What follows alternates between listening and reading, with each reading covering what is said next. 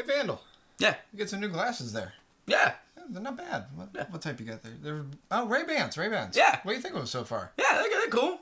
What do you think about Mumford & Sons?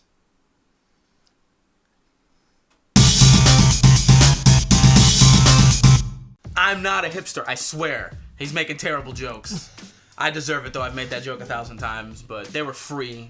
I'm not going to turn down free Ray-Bans. No. This week, we're covering 3 pretty huge topics. One very big one, which makes me laugh because the internet is hilarious. Yes, the internet is hilarious for memes. Yeah. And cats. Besides cats, though, the topic that we're going to discuss here is hilarious by every single means of the word. Right. And we've got a huge reveal. More like a leak, per se. And when I say huge, I don't just mean that in a figurative sense. No. I mean literal, too. Literal huge leak. We here at the Wingman and Vandal Show love making fun of Apple products. All day. But even this is kind of messed up. I mean, really bad. Yeah, we've been on the internet a lot. Our friends at Unbox Therapy have got a great video demonstrating this of the infamous hashtag BenGate. BenGate, yeah, which is a fancy play on the word Watergate. And you're on the internet right now. If you don't know what the Watergate scandal is, go ahead and type it into Google, and you will see exactly what that is. The Nixon finger. I'm not a crook. Oh. Anyway, this BenGate thing is pretty bad. All those of you who went out and purchased an iPhone 6 Plus. Or even a 6. Or even a 6, yeah. There wasn't many that overall were affected, supposedly, is what Apple's told us, but still, it's kind of bad. Yeah.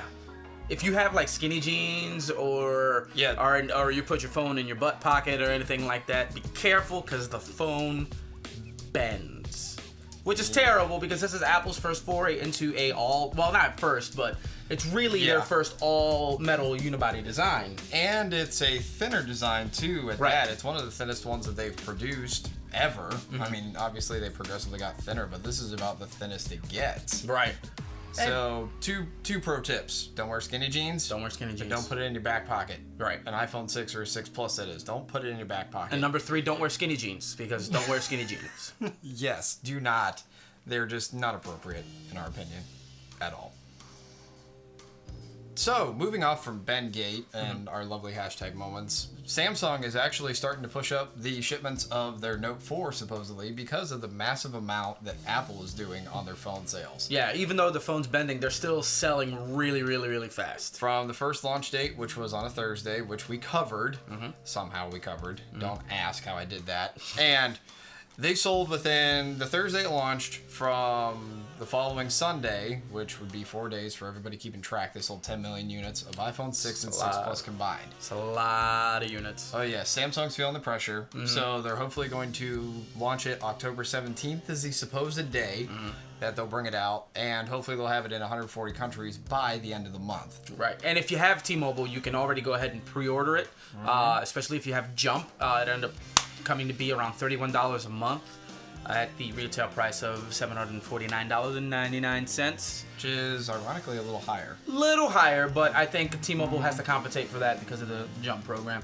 Usually, as is the case, a lot of the times their phones are a little more expensive. Just a little. Not by much, maybe like $50. And to cover the expenses of Jump and losing all those service charges and fees because of Un-carrier, which is fine. I'm a T-Mobile user and I don't care about that. I'd rather not have a contract.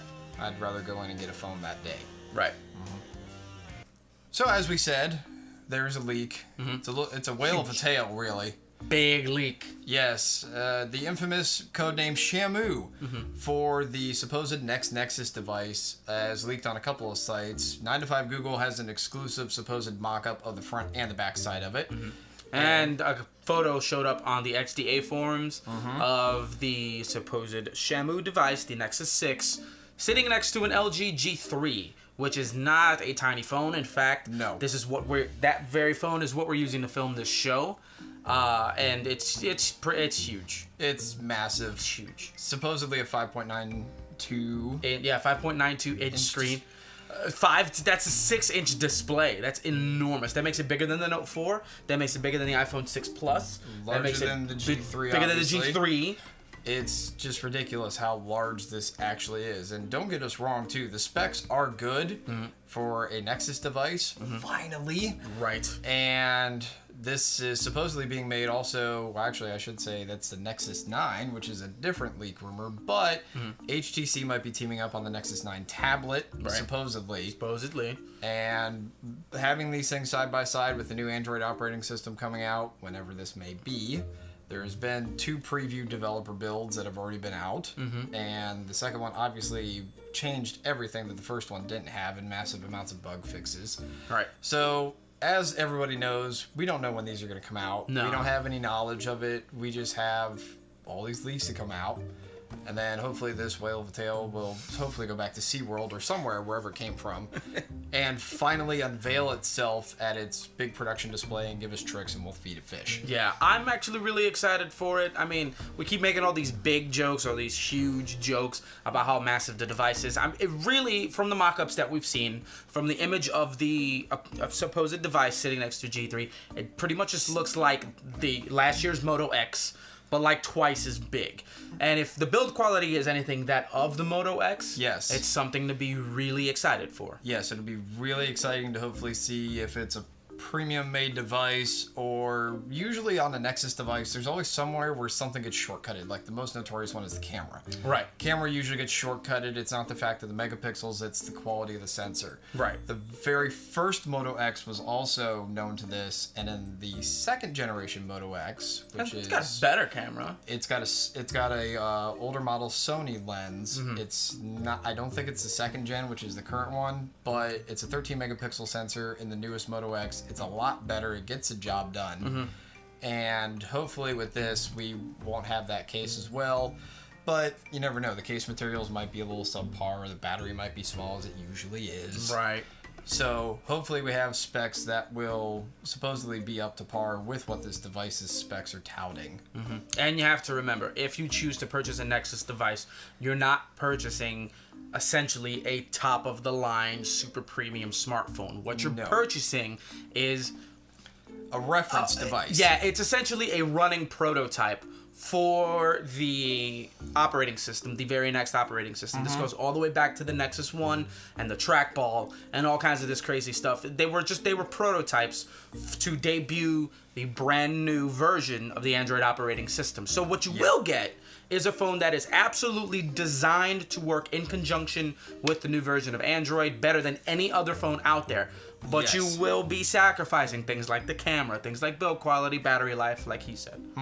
But it'll be about the best experience you can get for that operating system. Nexus 5 has been out, and all the other Nexus devices before it. The best version of that operating system to be seen for a great user experience is on that device, and usually that's about the only case that'll happen. All right, everybody, make sure you drop a comment down below, hit the thumbs up, like this video, like us on Facebook, and follow us on Twitter, and get in our circle on Google+. There's not many people on Google+ anyway, but I'm gonna still push it. We're not keeping that much track. I mean, it is a social media site. It's not the fact that we're saying it because we want to. It's the fact we're saying it so that we can hear what you guys want to say. Right. Speaking of stuff to say, don't forget about the contest that'll be ending at Saturday, which would be the 29th of October at 11:59 p.m. So basically at midnight. Basically. You have until then. It is a $10 Google Play gift card. And a $15 iTunes gift card. See, he stole the thunder from me this time, but that's okay. He thought I wasn't going to get it right like I did in the rules and regulations video. But we still have the contest going on. We will have a promo video coming up probably, say Sunday or Monday, at least announcing the winner on the YouTube channel, because we at least want to publicly let them know and not just kind of type up a message. We like to feel that you guys are a little more personal. Yes. As we feel with you hosting the show. Yeah, and letting you guys know who won on the show is kind of a little way to rejoice and to celebrate with that person. For all of us together as a community, that's kind of what we're going for. Make this a community-based show. Yeah. Like we've always said, you let us know what you want to hear. We have no problem covering that, discussing it. No. We might have just covered mobile news today, but we will cover anything and everything under the sun if need be. Just like we said in the first episode, you could do anything from cars to clothing fashion, we can go there. Oh, not. Or is this guy's favorite Browns football?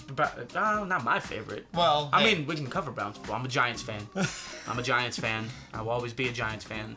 But I feel for Browns fans because I am a Giants fan, and there were a lot of rough years for the New York Giants. Yes. I understand your pain, Browns fans. It sucks. We got there. The last time the Giants won the Super Bowl was the year I was born, and the very next time they won it, I was 22 years old. So I understand. I get it. I feel your pain. I am with you. It's almost like that infamous Cleveland curse, but hopefully this year in the basketball division, we might get somewhere. No guarantees. No guarantees. No, we can only hope. This has been Tech Talk With Wingman and Vandal. Until the next episode, peace. Move it.